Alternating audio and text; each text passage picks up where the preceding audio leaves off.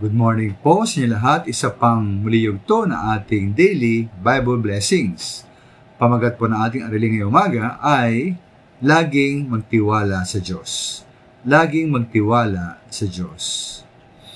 Ano po ang gagawin natin kapag halimbawa tayo nasa isang sitwasyon na napakahirap? Ngunit wala naman tayong magawa para makaalis sa ganong napakahirap na kalagayan. Bawas trabaho po. Lagi tayong binibigyan ng napakaraming gagawin, dapat natin tapusin agad. Kaya halos walang tulugan. At kahit tayo antok na, kahit pagod na, gagawin pa rin natin ang trabaho. Ano tayong magawa? Dapat na nating tiisin ang ating trabaho. O mali mag-isip tayo na nilipot ang trabaho, ngunit napakahirap maghanap po ng ibang trabaho, di po ba? At kung tayo po ay mabakante, lalong kawawa tayo. Pati ang ating pamilyang umaasa sa atin.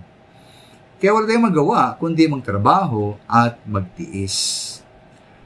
Pag-ibig sa mga minamahal, gitong kasing kalagayan sitwasyon, para sa akin, ito yung pagkakataon po na dapat tayong magtiwala sa katapatan ng Diyos.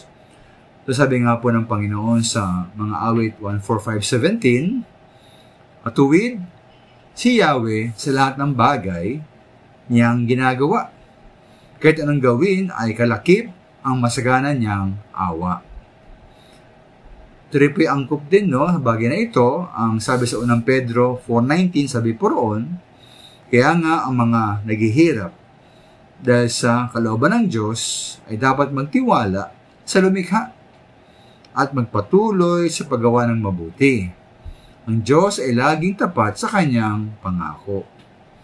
Kasama po ng pagtitiis natin ay ang ating pagtitiwala sa katapatan at awa ng Diyos para sa atin.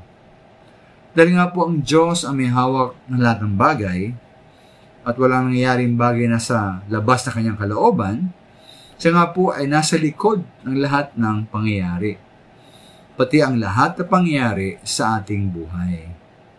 At dahil matuwid po ang Diyos at masagana siya sa awa, dapat tayo magtiwala na may kasamang katuwiran at awa ang lahat na nangyari sa ating buhay. Kahit mahirap pa at dapat nating tiisin. Magtiwala po tayo sa katapatan ng ating Diyos. Maraming salamat po.